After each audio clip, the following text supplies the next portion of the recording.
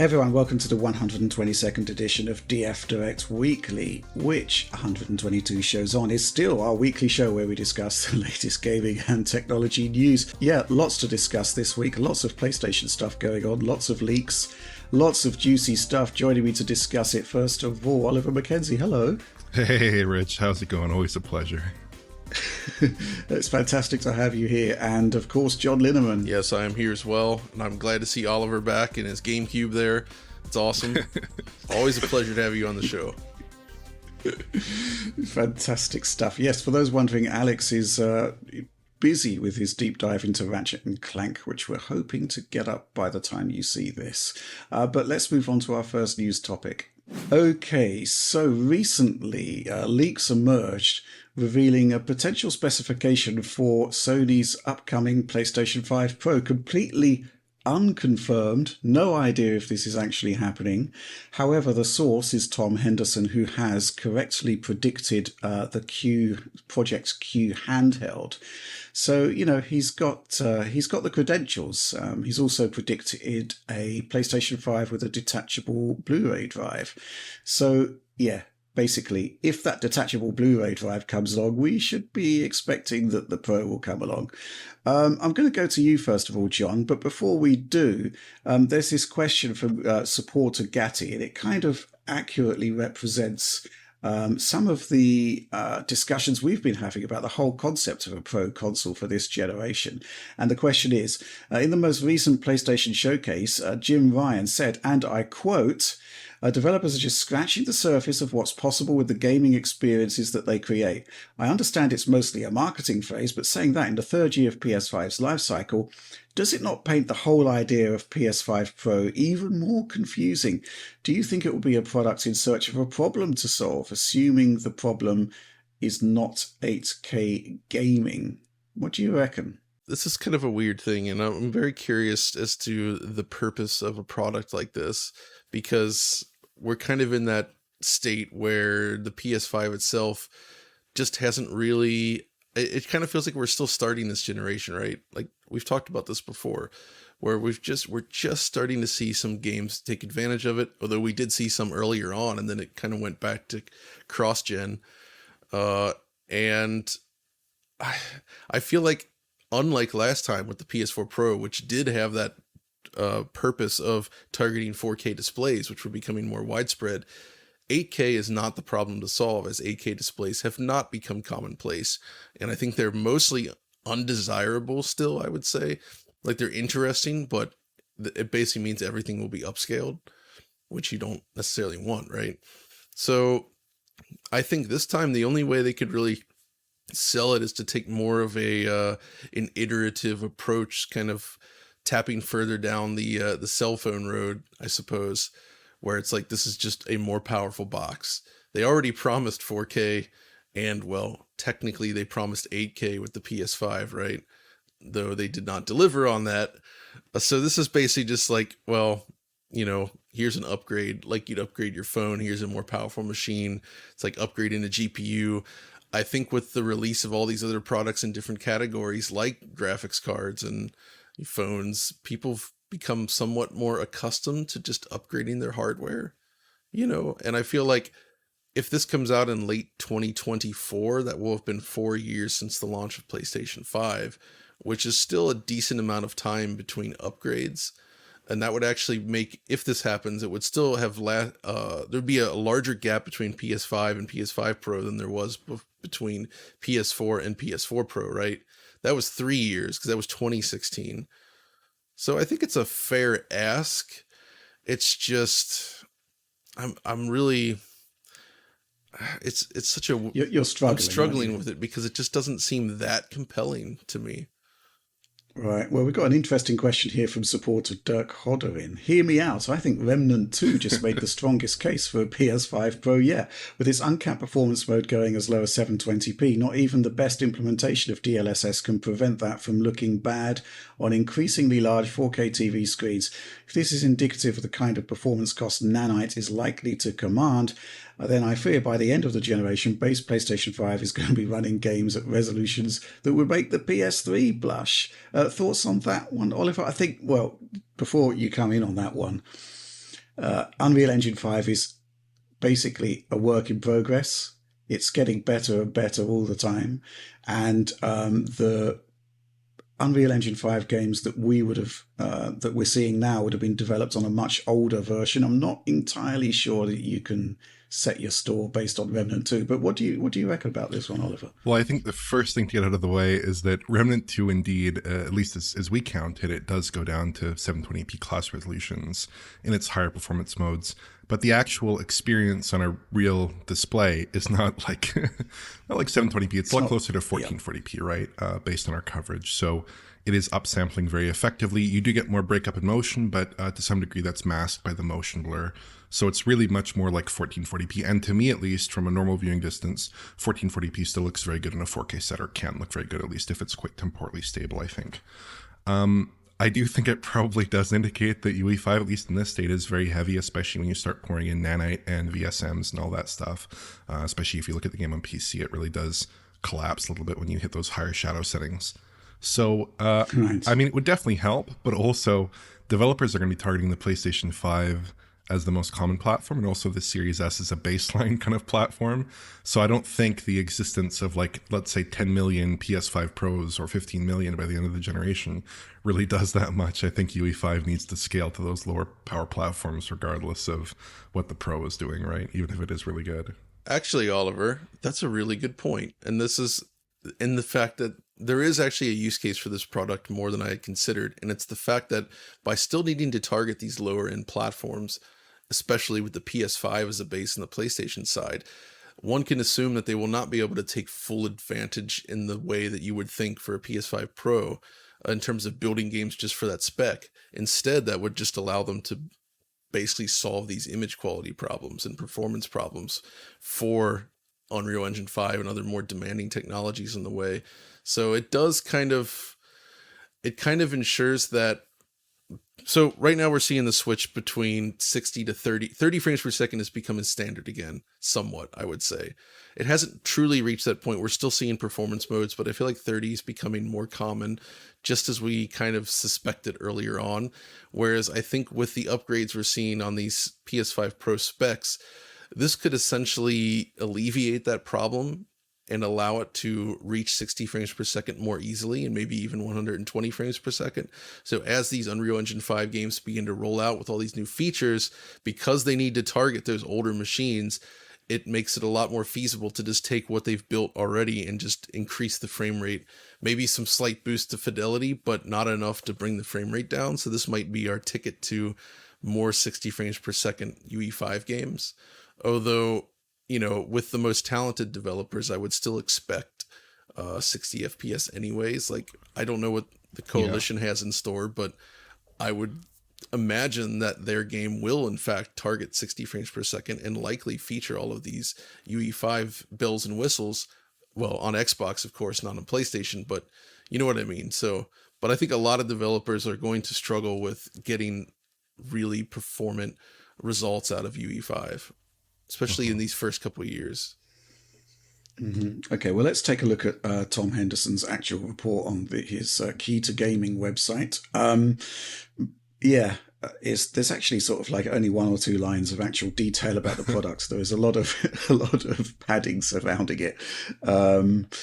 Let's talk about the details here. He's talking about 30 WGPs and 18,000 megatransfers per second memory. So yeah, that basically translates into more commonly understood parlance as 60 compute units versus the 36 that are currently in the PlayStation 5. 18 gigabits per second memory. I think the PlayStation 5's current memory speed, 14 gigabits per second. So yes, that's quite interesting. Lots of questions about that. First of all, you know, going from 36 to 60 compute units, that is a tangible bump. The question is whether we're going to get all of those 60 compute units in the final shipping product. Because, well, you know, to be honest, it's a case where certain certain chips are defective on the production line, and to make those chips viable, they deactivate parts of the GPU. And if you're going to do that, you've got to do it on all the chips of the production line. So possibly it could be lower than 60 compute units, but possibly not. We just don't know at the moment.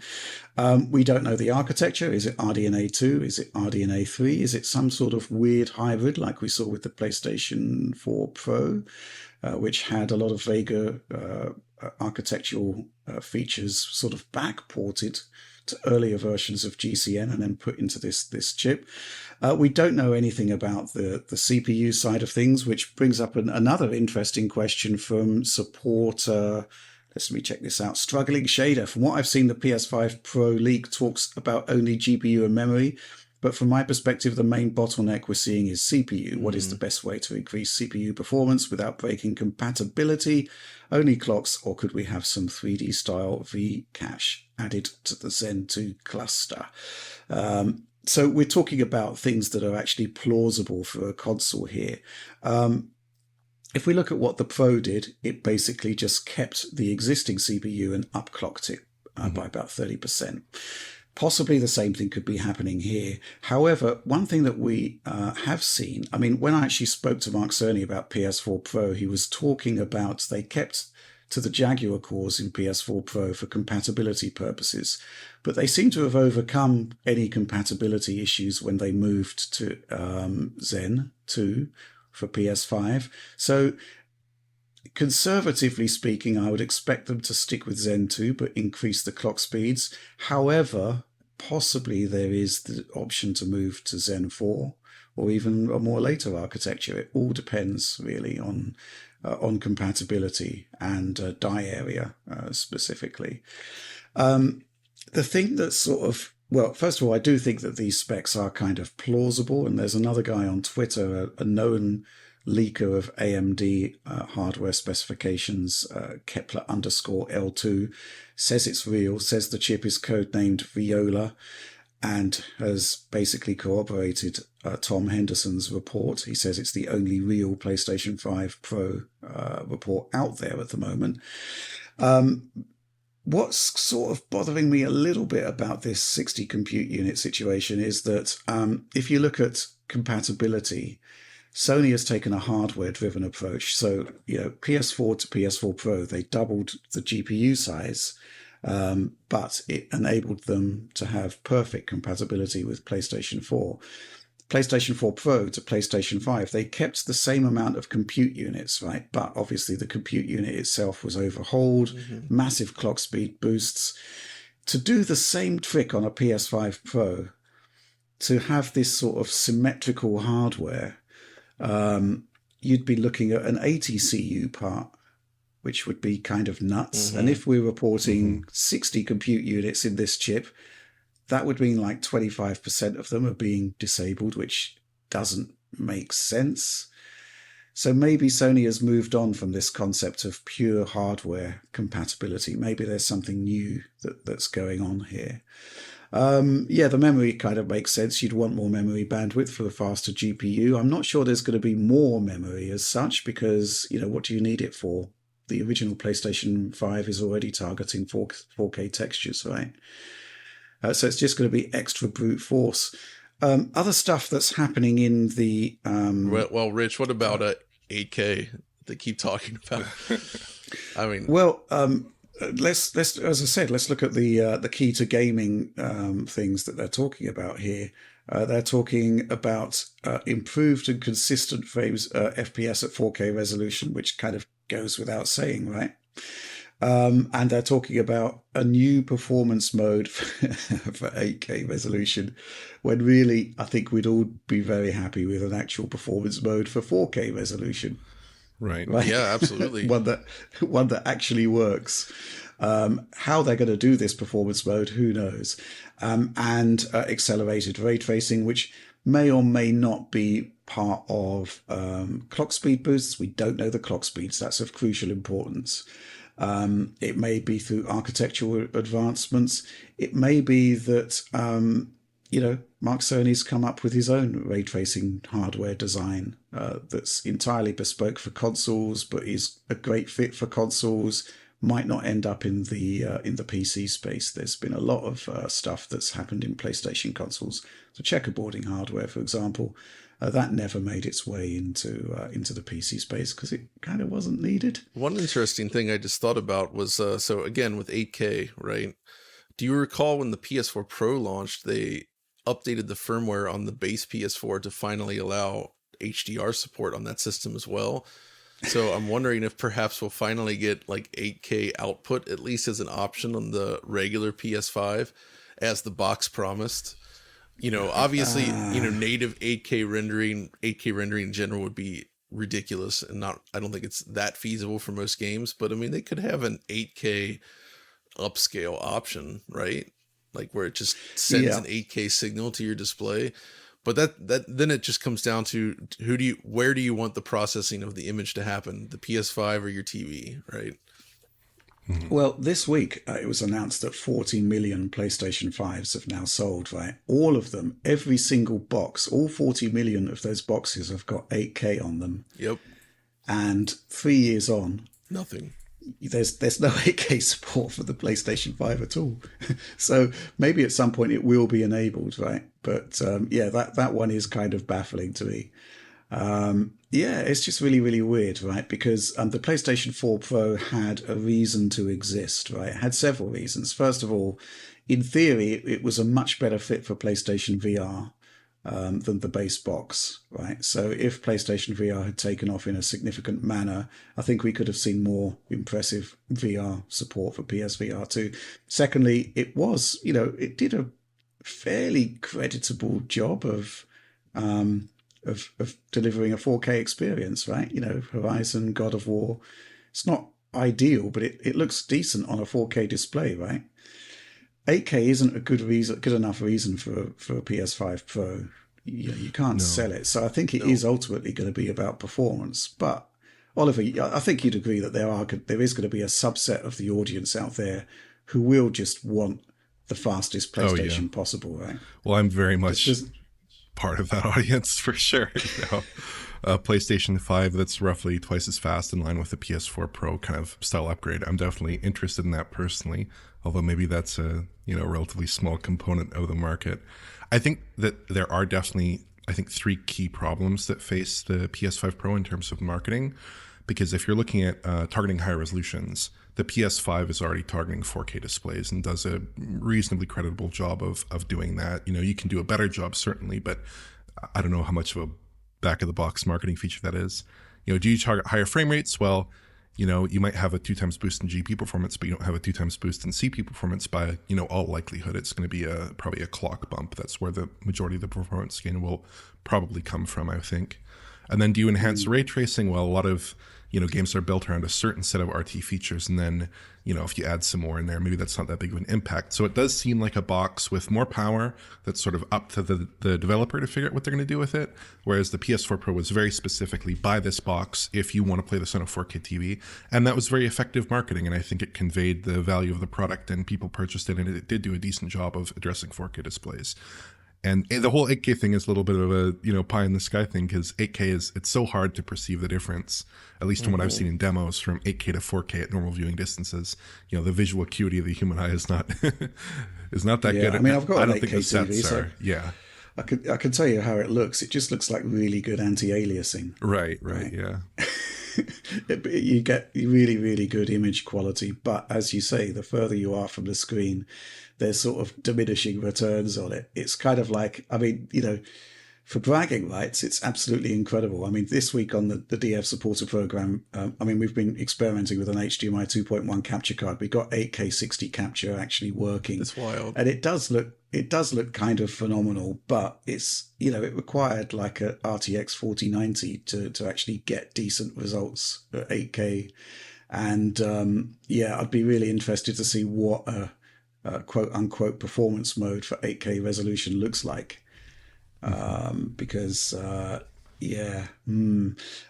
just think it's far more pertinent to the user to actually have a decent 4K experience. And I'm curious about what this performance mode could be, because the one thing that's sort of coming up as a result of of this spec leak is that a lot of people are talking about that the spec isn't like, as much of a leap as they expected.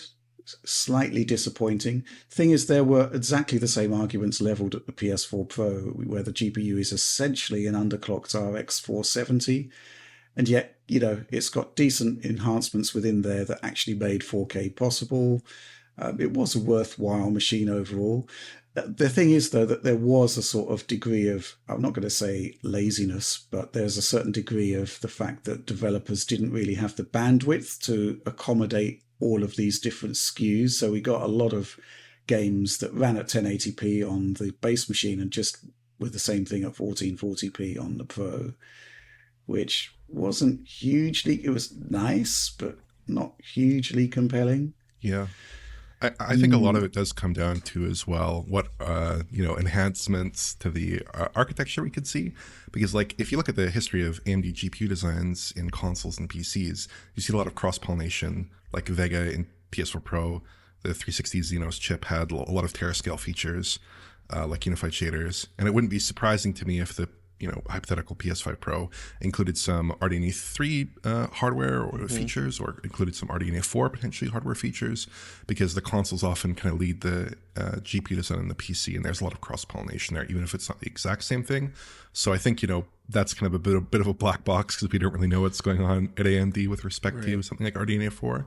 But if there is like, just pie in the sky, for instance, say there is like a hardware acceleration for FSR3, and suppose that FSR3 is good, that changes the game with respect to a potential PS5 Pro if it does indeed have that feature in hardware, right? So you could see some. Yeah, that's an interesting point, given that the sort of upscaling techniques, DLSS took off when when PS5 and Series X and S were already well into development, right? AMD kind of had to play catch up with FSR too. And I could conceivably see a situation where, Sony's going back to AMD and they're kind of working on a way to solve this, to make this better and faster. If they can get, not to say that they can actually match DLSS so quickly, but I could see them looking at something like DLSS and saying, we want to achieve this in our console, and we want to implement the hardware to make it feasible, especially if you put 8K on the box and actually make it happen, right? You could conceivably then reach an 8K output that looks reasonably okay. And it would also ensure that the 4K output would look great no matter what. You know what? I still see frame gen as a better fit for 120 hertz than for 60 hertz. I 100% agree. And if you're right, if FSR3's frame gen features that they've been talking about come to fruition in this console, that could actually be a very powerful tool for reaching 120 frames per second as well. Yeah, but I wouldn't underestimate Sony's input into this. I mean, 2016 we had the PlayStation 4 Pro with checkerboard rendering, and AMD had nothing like it. Their own upscaling solution that arrived like years later was a basic spatial upscaler, and then we finally got FSR2, right? But Sony was just way ahead of the game in that particular regard, with custom hardware, which was entirely sourced by them, and AMD implemented it. But of course, there were software solutions by that point as well. And of course, there was temporal injection. We saw Insomniac's solution for Marvel's Spider-Man at the PS4 Pro launch, and it looked phenomenal. So, yeah, I mean, we're looking at the specs, but the experience could be something quite different. But that said, I agree with you, Oliver, that there's plenty of scope for Sony to dig into the AMD roadmap and take out some of those features. I mean, RDNA 3 has got dual issue FP32, which is why we're seeing these crazy teraflop figures for RDNA 3. It doesn't seem to do much in the PC space, but it could be quite beneficial within a fixed platform like a console, right?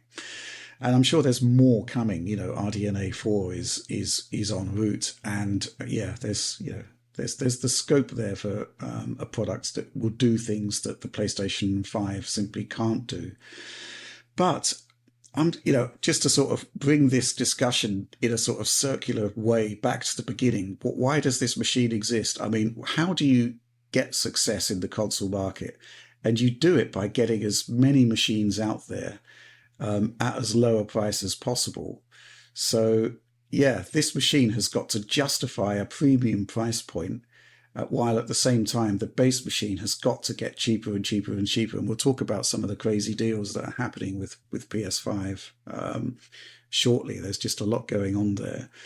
But yeah, what can I say? I'm really interested to see what this is going to actually deliver beyond the specifications, because that's just the starting point, right? That's the starting point of the discussion, and it really does feel like a sort of deja vu experience compared to when we first got the specs for the PS4 Pro, which is like, this is interesting, but what's it actually going to do that this base machine doesn't do already, apart from having a faster GPU? There were big questions there, and it wasn't until we actually had the presentation that we started to see some amazing stuff. So I do actually have one thought on one further justification that we haven't discussed so far that might actually make this machine a bit more compelling, which is backwards compatibility on the PlayStation 6. Because last generation we had the PS4 Pro and the Xbox One X, which hit a 4K visual target, or we're aiming for a 4K visual target. And then on PlayStation 5 and Series X, you bring those enhancements forward, right? And it also makes it easier to deliver 60 frames per second versions of those existing titles that might have hit 4K 30 on the old consoles. And if you presume that Sony sticks with AMD hardware, that's going to give them a big advantage with some of these older titles that may not get updates, right? But might be released in the last 3 or 4 years of that console's life cycle. It also puts Microsoft in a bit of an awkward position if they're not delivering a similar kind of enhanced machine. I mean, Microsoft's whole business model seems to be shifting. The hardware is no longer the focus, right? So I think they can certainly get away with not releasing a competing machine with this, especially given that they already have 2 machines in the market. Adding a third one to the mix, I think, would be challenging, especially for developers, right? Because then, presuming this is real, that would mean 5 bespoke current generation consoles, which, Yeah, there's an interesting discussion adjacent to this, which is what is happening with Xbox hardware at the moment. It doesn't seem to be having a lot of momentum being put behind it, right? I mean, hopefully the software will drive that momentum, because they've got some great stuff coming up. But, it's like your Furious fanboy mentioned last week, they don't seem to be doing much with that opportunity when it actually comes to hardware. And it's actually seems to be quite tricky to get an Xbox at the moment, suggesting that they're not focusing on getting hardware out there, which is problematic, I think. But yeah, I mean, that's a completely different discussion. Mm-hmm. The concept of Sony releasing a Pro console and Microsoft not doesn't look great, I don't think. I feel like the only leak we're missing is we need the confirmation of Mantis Burns Racing 2 just in time for PS5 Pro. I think that would complete the circle. That is a really interesting thing, right? That's a bit of a deep cut there, John. Yeah, 8K 60. That's right. It probably would be. Exactly. It would be 8K 60. That's what we're counting on here. For those that don't get that reference, we actually saw a PS4 Pro game and indeed a PS4 Pro dev kit, I think, ahead of, it might have been actually after the reveal, but before the deep dives. Yeah, Mantis Burn Racing, native 4K PS4 Pros. Yeah, I think that was one of the big first tests you did in terms of capturing at 4K. It's like, I went to the developer. Yeah, you went to the developer with your gear. It's like, can we capture this native 4K 60 game on a PS4 Pro? And you did. Yeah, we did. And it was very, very reminiscent of the experiences I'm having now with 8K, where you need like gigantic levels of bandwidth because we can't compress it, can't compress the footage. Man, yeah, happy days. Thankfully, we got there at the end. But yeah, I mean, let's just tie a bow on this. PlayStation 5 Pro, we're going to be obviously following up any and all rumours and credible leaks as they appear. So yeah, do please stay tuned. But for now, let's move on to our second news topic. Okay, so looking at the sort of bargain sites on the internet this week, man, there's been some crazy stuff happening with PlayStation 5. In the UK, it's now possible to buy the disc version of the PlayStation 5, not the digital version, with an extra controller for like, what is it, £420, which is a massive discount compared to usual retail pricing. We had some comms through from Sony this morning that there's actually a £75 official discount the cost of the PlayStation 5. And I think it's a $50 discount in the US. You can get the God of War Ragnarok bundle deal for $500 now. Seems like Sony want to push out a lot of hardware very quickly, and they've got this summer sale going on. Question is why? I mean, is it just basically a big push to get that installed base higher and higher, increase momentum on console sales? Or is it possibly the case that there is a new version of the PlayStation 5 coming and they want to clear inventories? Oliver, thoughts on this one? Well, I mean, it's very curious. You'd certainly think maybe Sony has some excess inventory lying around, maybe for some reason or another, potentially the launch of a new unit. If so, it would be kind of confusing because they did have that Spider-Man bundle and faceplate. Yes. And that's obviously a big thing. And I remember when that was announced, that really seemed like a bit of a nail in the coffin for potential PS5 Slim. But then you look at this and it really does seem like probably Sony doesn't need to accelerate PS5 sales any more than they already have. You know, it was very difficult to find one on the open market until relatively recently, and they've been selling extremely well. Obviously, they just crossed the 40 million threshold, I think, a few days ago. So it's very curious. If it doesn't indicate a PS5 Slim, then what does it indicate? You know, it's a little weird. It just seems to be it's a super aggressive move from Sony. And, well, what can I say? If I didn't own a PlayStation 5 and I was in the market for one, I would be very, very tempted to jump in now because, well, John, you're not a fan of the concept of a new PlayStation 5 arriving with a detachable or slash optional Blu-ray drive. So the concept that you could get the full-blooded disc version at the cost of what is essentially the digital version right now is quite compelling, right? Yeah, that is compelling. Although I have had a slight turnaround on that external disk drive idea or the add-in disk drive. While I still fear what it would do to physical sales, it does have this benefit of being an easy replacement in the case of an optical drive failure. One of my PS4 Pros, for instance, the disk drive failed. But I believe the disk drives on that system are tied to the hardware specifically. Yes, they are. So you cannot simply swap in a new disk drive and solve the problem. Well, if they have a swappable disk drive that's intended to be swapped by the user, that basically solves that entirely, which that is one benefit of that model that would be interesting. But yes, either way, the pricing right now is really unusual, and it's difficult to understand what they're hoping to achieve here, given that it was only recently that the console transitioned from difficult to find to being widely available, right? So to go instantly into discount mode, surely has there been any movement on like the supply chain side or the components cost side recently that we have any insight into? So I'm wondering, like, have the prices just come back down and now they can sell it? Because obviously in certain regions they raised the price of the PS5, right? They did. So is this like a course correction thing? It could be related to a new slim detachable model. It could just be wanting to bump up their numbers further. Like, there's so many different potential reasons here, but it's difficult to say for sure what the heck they're doing. I think what's surprising to me is how aggressive the pricing cuts are, because, you could lop off, in the US, it kind of makes sense, right? Because, you get a $50 discount and you're getting a good bundle deal. Whereas in the UK, it seems like the gloves have come off. £420 for a disc unit plus an extra controller is just kind of, crazy. And it goes beyond what Sony is officially mandating in its comms, copy of which I received this morning, which does confirm that this is, quite an official thing. An official thing, yeah, absolutely.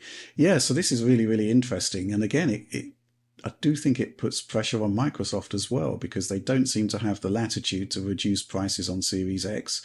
And there does seem to be a sort of lack of Series X's to begin with, whereas Sony are just basically seemingly able to replenish the market that much more quickly, and now are able to instigate these aggressive price drops. In terms of the supply side situation, you would expect the core silicon to get cheaper. Sure.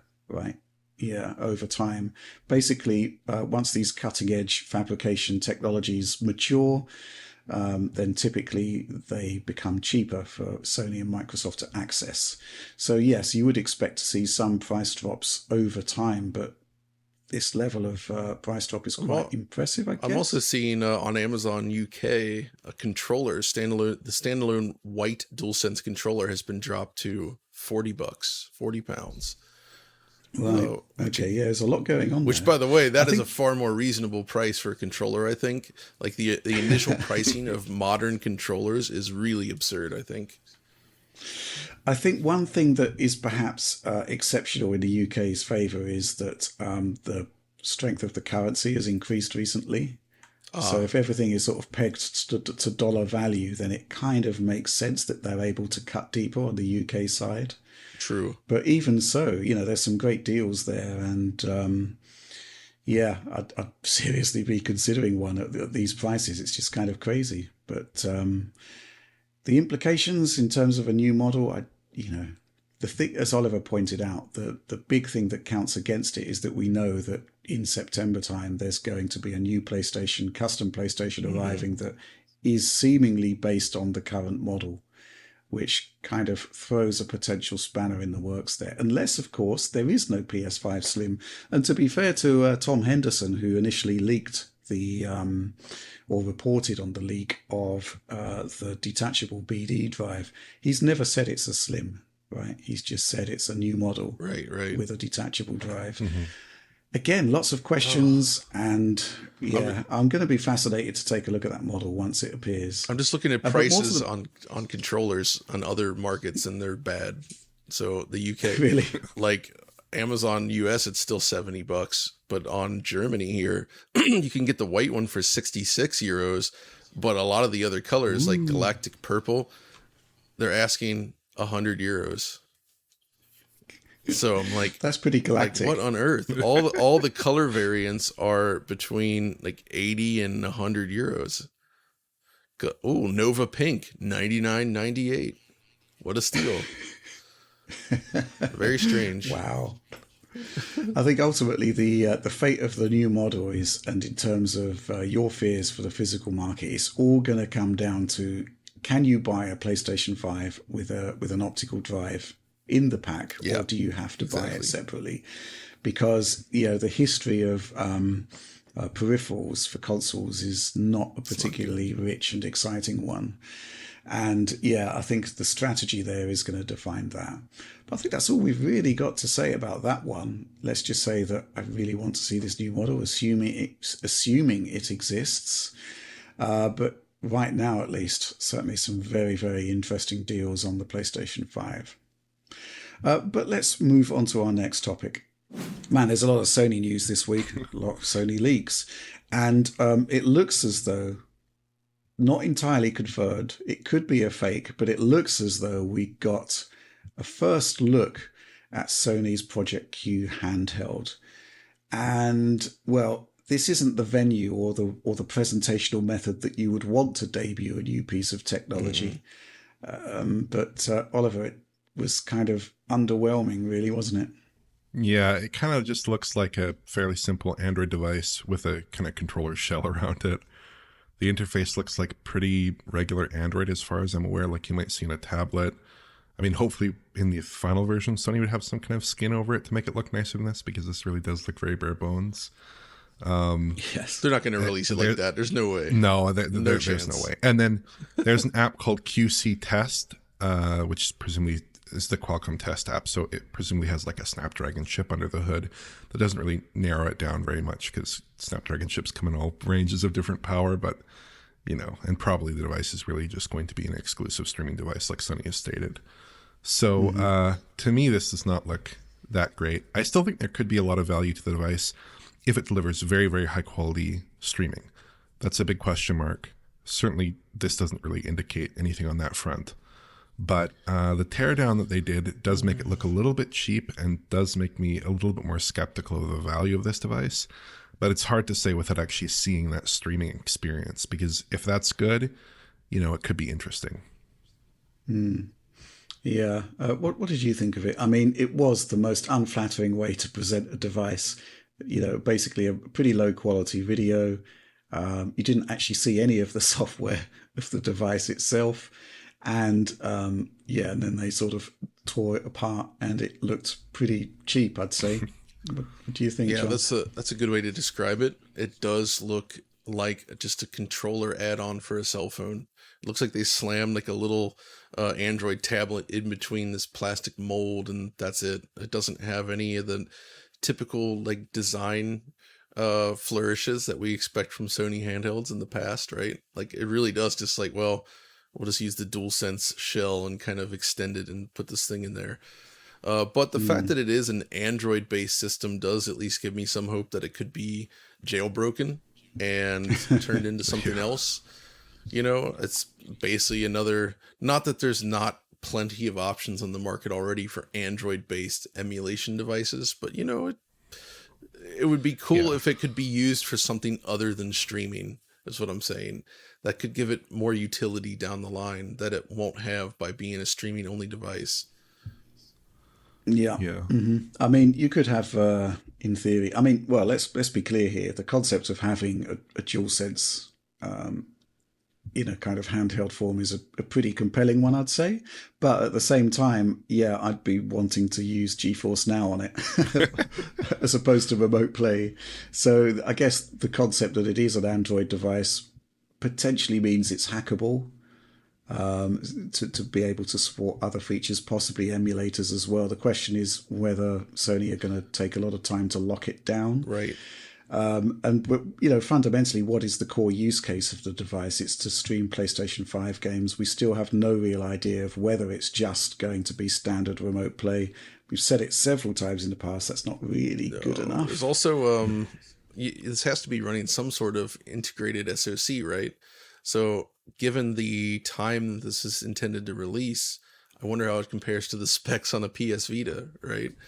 Like, I'm actually wondering if it's a potent enough SoC in there that it could actually just emulate PS Vita and PSP stuff. Yeah. And become sort of like, you know, an extension of those systems using an official PlayStation product.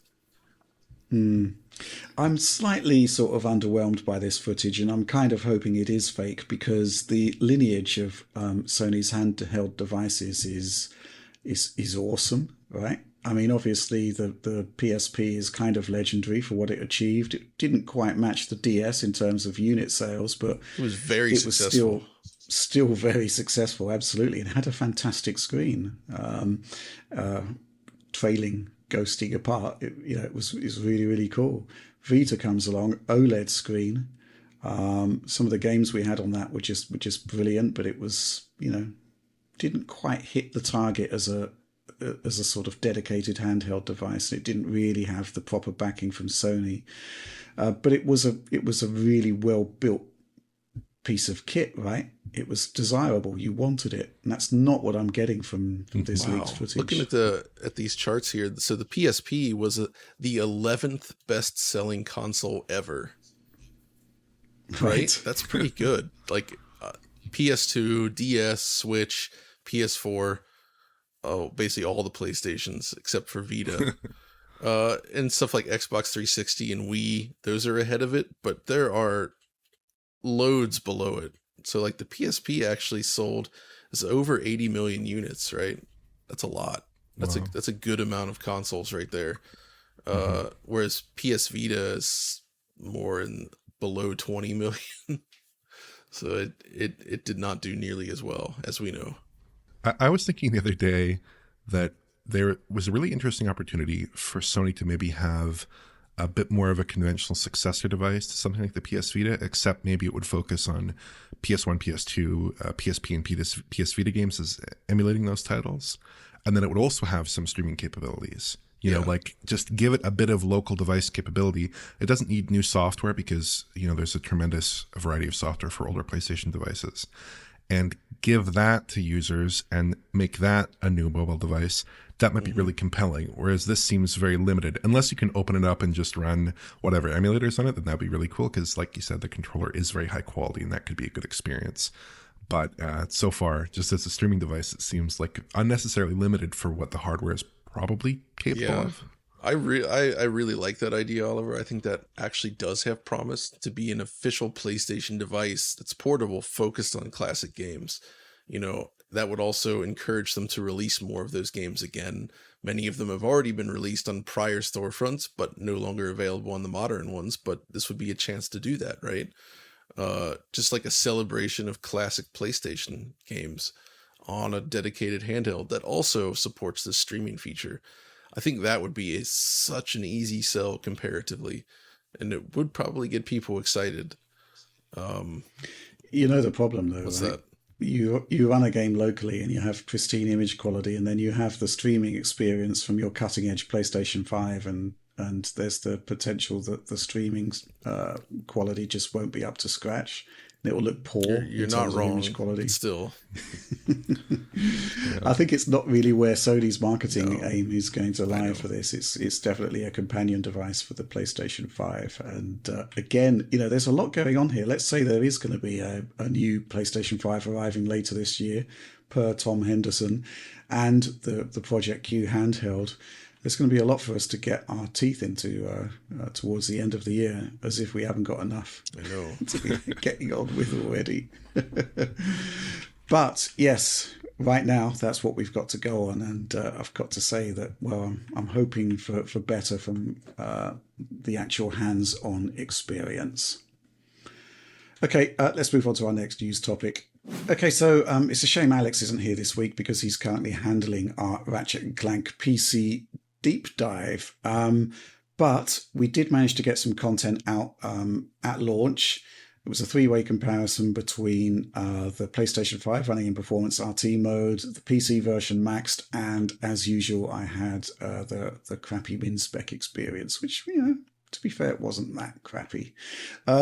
However, one of the first things I did was to actually install Windows 10 on an actual PlayStation 4 hard drive, install Ratchet and Clank on an actual PlayStation 4 hard drive, and just see what would happen at the very, very lowest settings. So with Windows 10, I actually found that it was less prone to crashing initially than it was with Windows 11. And in the footage you're seeing here, you can see that I was actually using the very low preset at a dynamic 1080p, which just seemed to crash on Windows 11, but was fine on Windows 10. So we've got better image quality than what I actually had in the three-way stream there. But as you can see, it's not a great experience on the PlayStation 4 hard drive. Massive stuttering, massive loading, just loading the game, which you don't see here, took ages. John, let's talk about this, but also, I mean, a lot of people kind of don't really understand why we did this. And also there's been a lot of, I don't know, people just don't seem to have grasped what's going on generally with the whole storage situation with Ratchet and Clank. How do we unpeel this one? I think the thing people should consider is that there's more to the data access speed than just the drive that the game is stored on. There's many other things to consider, including the amount of RAM in your system, the CPU. The big thing for PS5 is the decompression, right? The hardware block for decompressing. Yeah. That's probably at least as big and probably even a larger portion of why they're able to do what they can do on that machine. And it's all these different elements coming together that makes this feasible. On that low spec PC, what really thrashed it, and the reason I think it was so slow, is the fact that, one, obviously the hard drive is very slow, but also you ran that with 8 gigabytes of memory, which is pretty low. Yes. I think you had a 4 gigabyte GPU, right? Yeah, it was basically the minimum specification as outlined by Insomniac, right? And Dixis there, which is very low settings. Ryzen 3 3100, RX 570. The 570 is interesting because actually it's a 470. I actually downclocked the 570 to 470 spec for this particular footage, I believe. Okay. So it's like an overclocked PlayStation 4 Pro GPU there. Right. But the CPU is way beyond what the Jaguars are doing. And, yes. you know, the concept of running Ratchet and Clank on a 10-year-old laptop hard drive, the point I think I wanted to make with that was basically, you know, Insomniac got a lot of heat for saying, well, this game could run on PlayStation 4. just one of the PlayStation 4 components, arguably its weakest component, brings the game to its knees. Yeah. We've actually got more memory here across the system than we would have in a PlayStation 4. And yeah, so this concept that Ratchet and Clank Rift Apart, as it presents on PlayStation 5, could actually have been done on PS4 is, in my opinion, a total nonsense. They could have created a version of Ratchet and Clank Rift Apart, but it wouldn't have looked anything like this. I think, and now you can see why. I think that's the real point here, is that any of these conversions are technically possible, especially these days, but decisions made during the development of the game were clearly done so with the target hardware in mind. And if they had been making this as a cross-gen game, I'd imagine that certain decisions may not have been made. Like those types of sequences would have been pared back, changed the way they do it. There's many things that they could have done to offset that, because conceptually, the idea of warping between different locations, that's been done before on much less powerful hardware. The concept is possible. What's different here is the way they do it and the amount of data that they're moving around that makes it so impressive in this case, right? So in terms of just rendering the visuals, though, yeah, I think PS4 could do a decent job rendering the game visually. Yes, they would have to cut back on things as you'd expect, much like Spider-Man, but probably even more so because Ratchet is pretty heavy on the geometry, and there's just a lot going on there that's a little different than Spider-Man, but I still think it's conceivable to get a decent version of it up and running on PS5. It's just all this fast traversal, loading of assets, that stuff would be tricky, and it's not just because of the hard drive. That the RAM and CPU situation are equally important here, because like you said, in that min-spec PC we're using, the CPU blows the Jaguars out of the water, right? Like those things. Yeah. And talking to developers, we often did hear the Jaguar CPU was a huge bottleneck for them, but equally so is the hard drive. The hard drive, having to work with that hard drive on that system was difficult, because so much effort and engineering time had to be poured into figuring out how to get data where they needed fast enough. And that requires a lot of prediction and a lot of just, very careful design to ensure that they can get what they need when they need it. And freeing them from that constraint definitely makes their life easier and allows them to potentially create things that they may not otherwise have gone with, given those constraints. So it does sort of open things up. So, which, it's all interesting to discuss, but yeah. Yeah. I mean, some more footage from that whole experience. Basically there are bits where it works okay, right? Where you suspect that the background streaming is actually lighter than usual, but you get reasonable gameplay then, because the storage isn't being hammered, memory isn't being hammered. But, as soon as there is a portal effect or a cutscene where I'm assuming that there's some background loading going on, it just collapses, right? Yeah. It's really not great at all. I mentioned this to Nixie's actually when we were talking with them, and it did seem like RAM really is one of the big key differentiators here, right? Like if you have a lot more memory, it's a lot easier to sort of load up things as needed beforehand and ensure that it's kind of ready in time. Also, a faster CPU and having a system capable of handling the decompression quickly enough helps too. All of that kind of offsets the hard drive's performance issues and helps make it playable off an HDD, especially in a more powerful system.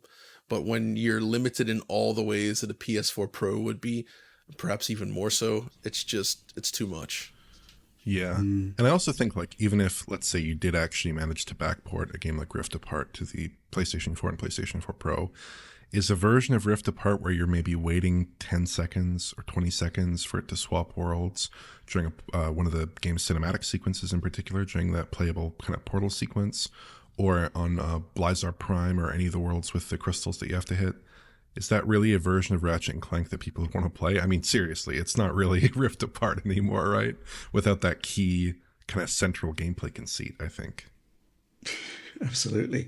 Just one more thing about the laptop PlayStation 4 hard drive experience. Obviously, we're seeing that the portal sequence just totally collapses and it actually crashes at the end. However, the thing to bear in mind is that we're actually on very low settings there, which are specifically designed to reduce the burden of data transfer, right? So it's not even an apples to apples comparison with PlayStation 5. And it still collapses. So, there was a lot of excitement and a little bit of cynicism about just how great the PlayStation 5's storage and decompression systems were. And, there were some interesting comparisons pre-launch with Marvel's Spider-Man. But, when you actually have a PC port, looking at this and doing the fact, and seeing the fact that it just doesn't really work whatsoever, it really sort of hammers home how important those aspects of the system are. And, to be fair, I think another thing it demonstrates is that access to fast storage, access to fast decompression are going to be a key component of actual current generation games once, cross-gen is completely a thing of the past. And yeah, we're seeing the implications of that play out with Ratchet and Clank right now. So yeah, interesting stuff. Any final thoughts on this one, Oliver? Because you did the editing work on our comparison video. Yeah, it looks pretty tough. I was actually playing this. I'm covering this game on Steam Deck for us, and it was very remarkable switching from the internal drive over to the micro SD card for Ratchet and Clank, where you did see just massively reduced performance in those portal sequences in those sections. So I think it's just a very tough game, and it pushes current generation hardware in a way that is like very unique to current generation hardware, I would say, to that capability set.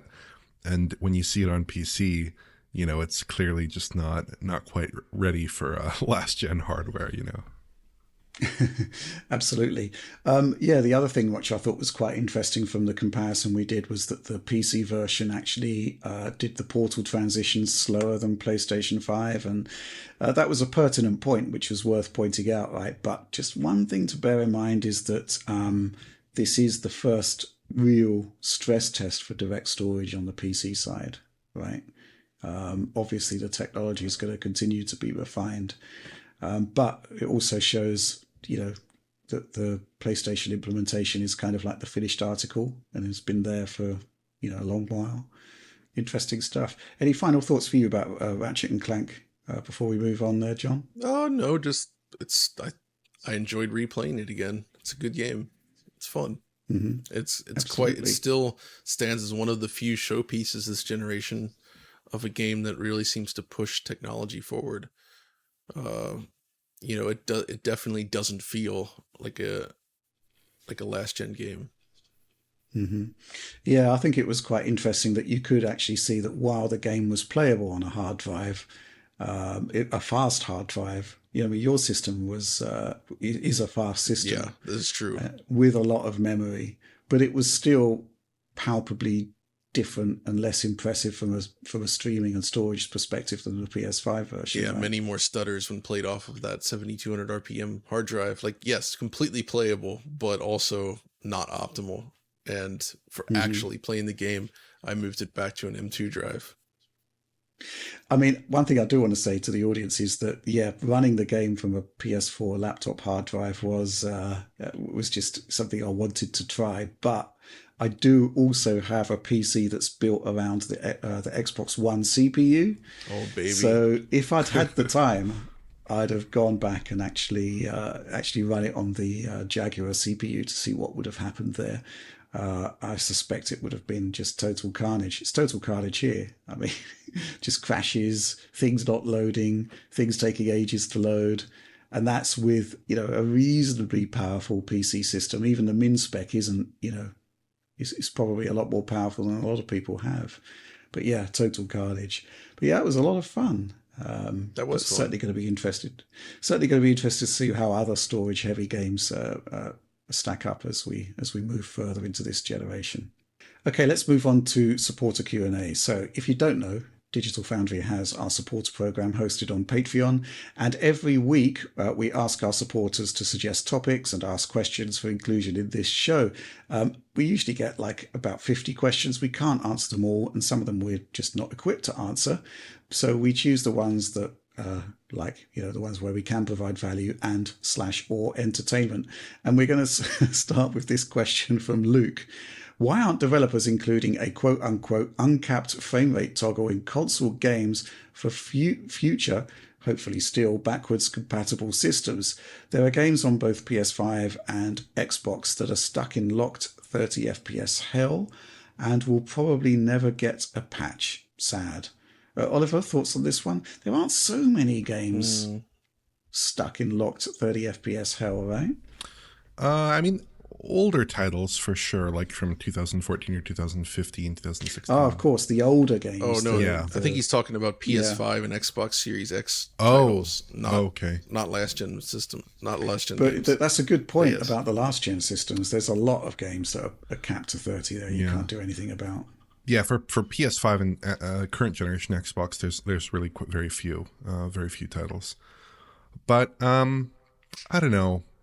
I mean, I'd love it, to be honest. I think this would be great. But also, I think it's a little bit tough because you're selling a product to users who may not understand exactly what that toggle is supposed to do, and they may end up with an inferior experience. And ultimately, the bulk of your sales are going to be in that early period. So I feel like the incentive is maybe not so much there to just throw in an unlock toggle. I think it would be cool, but I don't know. I'm sort of mixed on it because I feel like the average person might not be able to exercise that ability in the best way. Yeah. Okay, John. Yeah, I mean, there is shades of that. There's also issues where if you just allow it to go fully unlocked, depending on where the bottlenecks are, that can cause some really nasty frame time issues, even if the average frame rate increases. And I think it's just they don't want users to mistakenly end up doing it, Not that hasn't existed before. I remember BioShock back in 2007 had like the VSync off option where it just allowed the game to run unlocked. It looked horrible in action, but yes, it was interesting that was there. But I think developers are just most interested in ensuring that the bulk of the users will have a good, consistent experience out of the gate. Although still having their selected mode as default, maybe putting warnings around the performance option in such a way as to like deter people from using it unless they understand what it does. That's potentially feasible. I don't know. I mean, I've got a couple of thoughts on this. First of all, there are games which were built for 30 FPS. So if we go back to Horizon Zero Dawn, it was built for 30 frames per second, right? And a lot of engineering effort was required to get that PlayStation 5 patch out there, which ran at 60. So not all games can just have an uncapped frame rate toggle that we would expect it to work. But I would expect that a lot of them would. But, as you say, Oliver, it could be the situation that people look at it, try it and think, well, this is really, really bad. Why is this here? There is a potential thing possibly where maybe the platform holder could include an API call, and if it's not an existing system that comes back, then it does unlock the frame rate. Do you see what I'm saying there? Yeah. But even so, we're talking about testing on hardware that doesn't exist yet, and it might not work. Yeah. So maybe there's a lot of situations here where it might not actually work out for the best. But maybe it would be like a boost mode toggle where it's like use at your own peril, Well, going back to the PlayStation 5 Pro discussion, I really do hope there is actually a boost mode in there, because I suspect that just having increased frequency on the GPU and increased frequency on the CPU could be quite transformative to a lot of those games that don't hit 60 at the moment on PlayStation 5. So, yeah, it's interesting. Possibly something could be done at the operating system level, but you'd expect backwards compatibility just to provide better results on games targeting 60 anyway, I guess. Yeah, this is a tricky one. I mean, I kind of advocate that it's a good idea, but giving visibility to it on current gen systems could be a bad thing, as has been pointed out. But I guess that's down to the individual developer, right? I don't really think there's much more we can add to that one. So let's move on to the next question. Okay, so this question is from TS Games. Hi DF! I remember the quote-unquote teraflops war was going on when the current gen consoles were released. Back then, there was already talk about it not being... Sorry, back then, there was already talk about a one-to-one comparison not being possible since newer architectures might be more efficient, etc. This made me wonder why the hardware in the Asus ROG Ally is claimed as having up to 8.6 teraflops versus the Steam Deck's 1.6, which obviously doesn't translate in such a difference in real-world performance as we've seen so far. In fact, this would mean the Ally would be close to a PS5, which is out of the question, I think, and you'd be quite right. This made me wonder what these numbers actually mean these days, and are they now completely pointless? Thanks for your thoughts on this! Exclamation point. Yeah, so this is a feature of RDNA 3. It's a dual issue FP32, where essentially, when you calculate teraflops on existing architectures, basically that gets doubled automatically because I think on current architectures or older architectures, you can process 2 operations at once, but with dual issue FP32, in theory, you can do 4, right? Which just doubles your teraflops. But yes, it doesn't make sense in terms of actual real world performance or judging it, because games are typically not tapping into that feature. And if they are, they're not delivering hugely beneficial results. The whole teraflop thing, it's kind of, I don't know what you make about this one, John, but it's kind of all blown up in the face of Xbox Series X versus PlayStation 5, really, hasn't it? I mean, I think it just doesn't really make sense anymore. We've come to the realization where it's not really that useful of a statistic at this point. It does give you some insight into the hardware differences, but it's not really a great marketing point any longer. Yeah. So I'm not surprised to see it kind of fall by the wayside. Yeah. Thoughts, Oliver? Well, I mean, are they completely pointless? I don't think so. No, not I think they're relevant. Pointless. Yeah. No, it's basically theoretical compute, right? That's it. Yeah, I'm just addressing his question. He says, are they completely pointless? I don't think so. I think they're relevant across, rather within an architecture, right? So I'm evaluating the relative hardware performance of RDNA 2 GPUs, one versus the other on PC. That makes sense. Across similar architectures, like from, I would say, GCN to RDNA 2, that span of architectures. Now, there is a little bit of a difference when you go to RDNA 1. It's a little bit, it understates it a bit if you just think about the teraflops there, but it's kind of roughly comparable, I would say, in terms of the teraflop numbers. But across vendors, certainly they don't mean much. Across certain architectural jumps, certainly they don't mean much. Just within an architecture, they do tell you something of the relative performance. Except, I guess, when we're talking about these closed boxes like the PS5 and Series X, where there is a theoretical 20% advantage for one of those consoles, but it's not manifested in a lot of software. So, it's just the way it is. I think it's safe to say that you get a theoretical compute number, but at this point, it doesn't really equate to the gameplay experience. And I guess the first evidence we saw of that was Xbox One X versus PS4 Pro, 6 teraflops versus 4.2, and yet the One X was producing much better results than the Pro, right? And if you look at the actual architecture of the machine, there's more memory, there's more memory bandwidth. All of that means you get more out of the GPU. So you kind of have to look at things more holistically.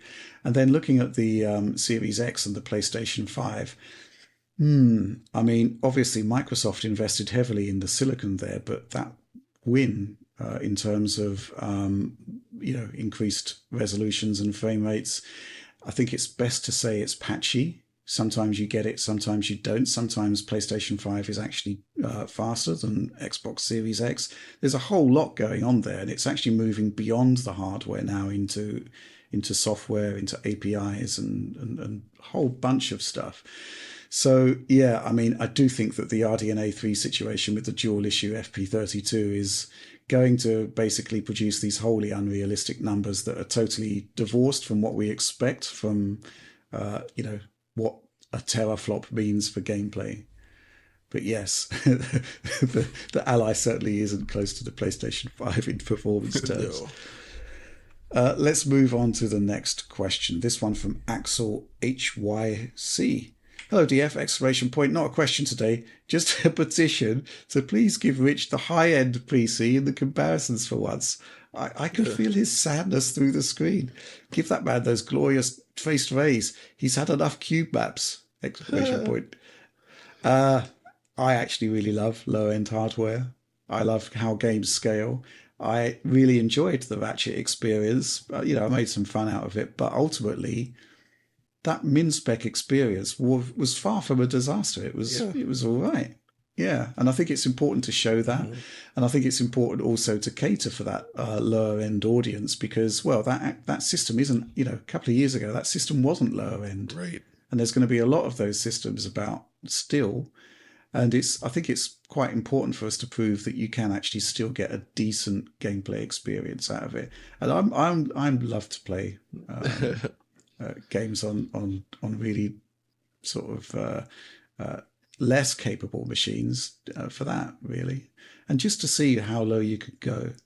I mean, Oliver, the Steam Deck version. I mean, the PC that I had for the min spec experience, there, storage aside, it's actually more powerful, I think, than the Steam Deck, and yet the Steam Deck version of Ratchet actually holds up really, really well. Yeah, it runs surprisingly well in the Steam Deck. It's like you can put the settings up to like medium, a couple on high.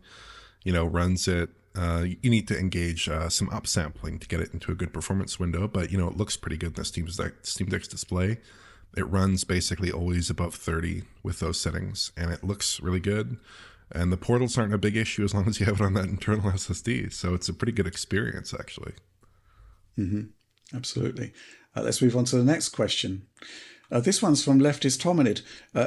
Oliver normally has an 8-hour time offset with the UK folks and a 9-hour time offset with the US expats in Germany. It is fairly obvious that this is generally not beneficial, but what are some instances where this difference actually benefits DF workflow?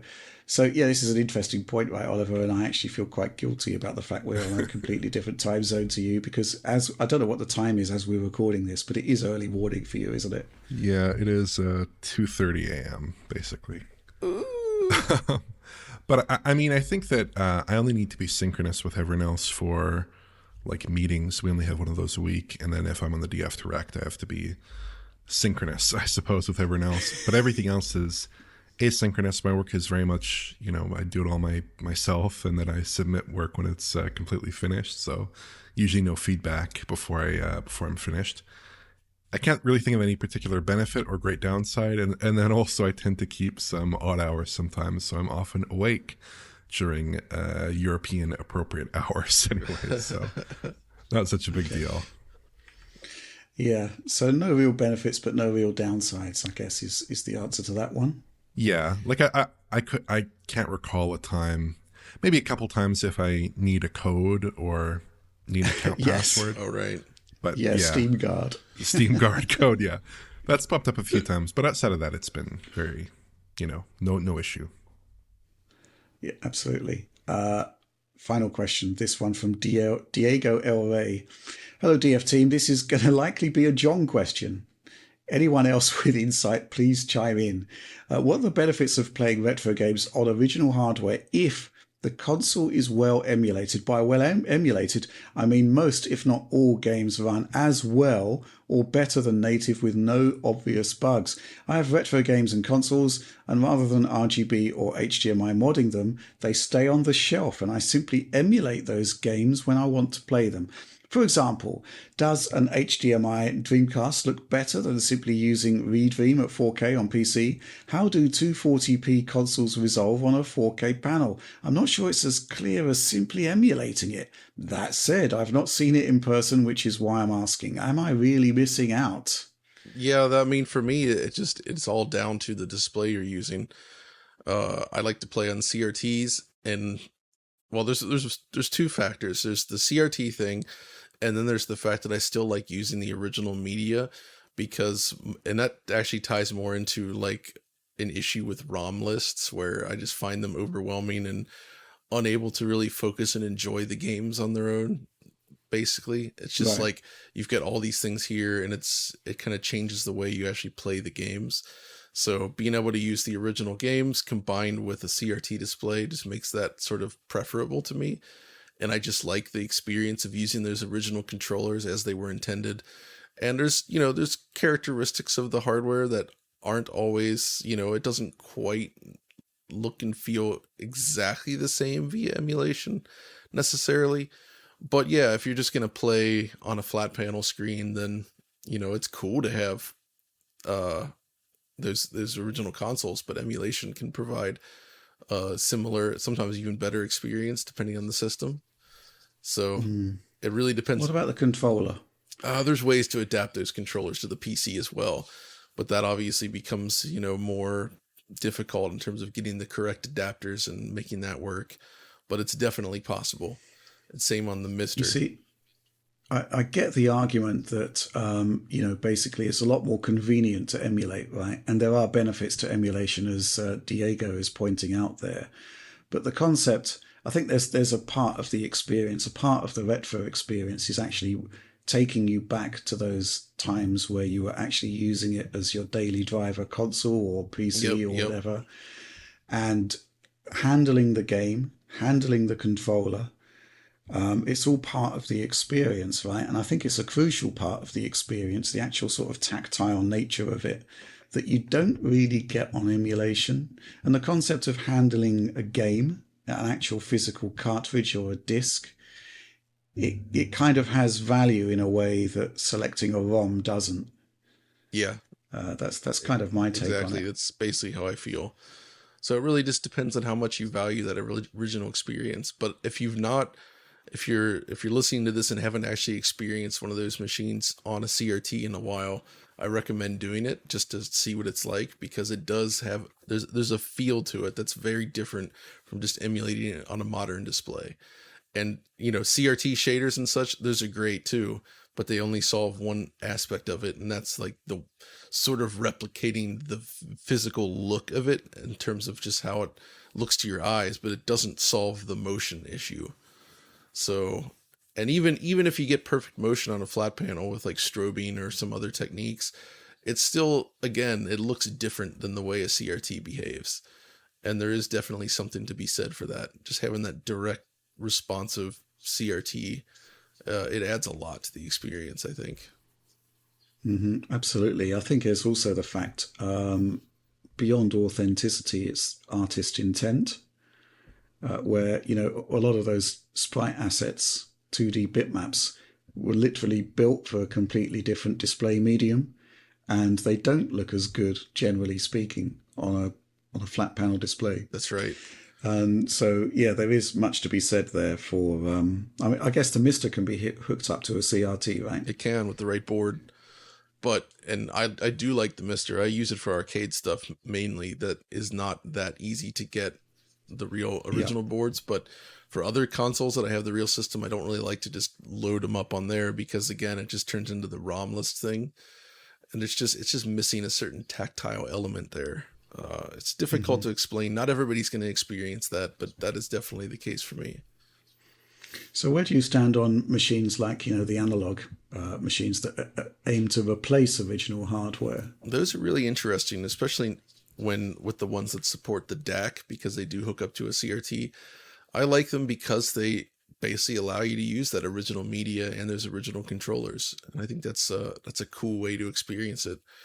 And the HDMI output is specifically useful to me for capture on stuff. So I use a mix of that or the real hardware run through scalers like the RetroTink. But getting that digital output into your PC, into the capture card, is also important for me. So yeah, if you're just playing on a flat screen and you want to use original cartridges, that's definitely a good way to go. So it's going to vary from person to person depending on what they want out of the experience. But emulation is completely viable and often excellent, especially for things like PlayStation. Like DuckStation is amazing right now. You can really ramp up the quality of your visuals, but still keep it looking suitably, moderately authentic. Mm-hmm. Yeah. Do you have any thoughts on this one, Oliver? Are you into retro games? We don't really know. Well, I got rid of my CRT a while ago, so many years ago. It wasn't my choice. Okay. My family threw it out, but it was quite a nice HD CRT, a Toshiba, I think. No, I mean, I think it does depend on the display medium. I would think more about that than the device itself. And if you have a mister that can support output to a CRT and a good CRT, I don't have the ROM-less problem. I don't mind that too much. But yeah, I mean, I do like original hardware as well. I have a bunch of old consoles, but I use mostly various scalers and HDMI solutions to connect them because I don't have room for a big CRT. I wish I did, but yeah, I think it really does depend on the display medium, and ideally you would be playing those consoles on a really good CRT. Mm-hmm. Absolutely. I think that pretty much sums up the position there. And yeah, I guess that's the end of that particular question. Mm-hmm. And therefore, it's the end of this show. So if you did enjoy it, please do like, subscribe, share, ring the bell for notionally instant notifications. Good news, everyone. My random gaming in HD notifications are back. That's good. That's awesome. Yeah, it's doing some good stuff there. Yeah, DF Supporter Program, join us. See our bonus materials. This week we posted what could well be the first 8K 60 frames per second capture from our capture card. Lots of work going on behind the scenes there. Lots of early access happening. We should be posting the Road Rash DF Retro episode to Retro supporters soon, right, John? Yes, it's almost done. This episode has been... It's taken a lot out of me getting back into doing this kind of thing, and I'm almost there. I'm closing in on the end. Just another 2 or 3 days of like hard work, and it'll be ready. And excellent stuff. Hope everybody enjoys. It has been a monstrous effort, that one. I'm really looking forward to seeing it. I've also I've shared an incomplete version with some of the patrons for feedback, so I'm trying to get them involved as well. And it's been really fun talking with them about it and like hearing what they think and making some tweaks based on that. And it's been a fun exercise involving the patrons a little bit in the process now. So that's another bonus, I guess, of doing the supporter program. Yeah, absolutely. You have access to this brain trust of highly knowledgeable, very positive individuals that just make our lives a lot more pleasant. Yeah, they're great. And certainly adds a lot of value. Like, we're going to be posting the AMD 4800S desktop kit review soon. If it's not up already, it is on early access right now to supporters, by the way. And that is literally a PC built around the Xbox Series X APU. And that was only made possible because our supporters were tracking that hardware, saw that it was available in China, recognized that the specs were good enough to make good content out of it, unlike the 4700S. And yeah, this was a really fascinating example of another really positive interaction with our supporters. It's actually all feeding back into making Digital Foundry as a whole a lot better. And yeah, we're on our Discord all the time. We're speaking with supporters, engaging there. It's really, really fun. But that's it for this week. And yeah, DF Direct Weekly will be back next week. Thanks for watching.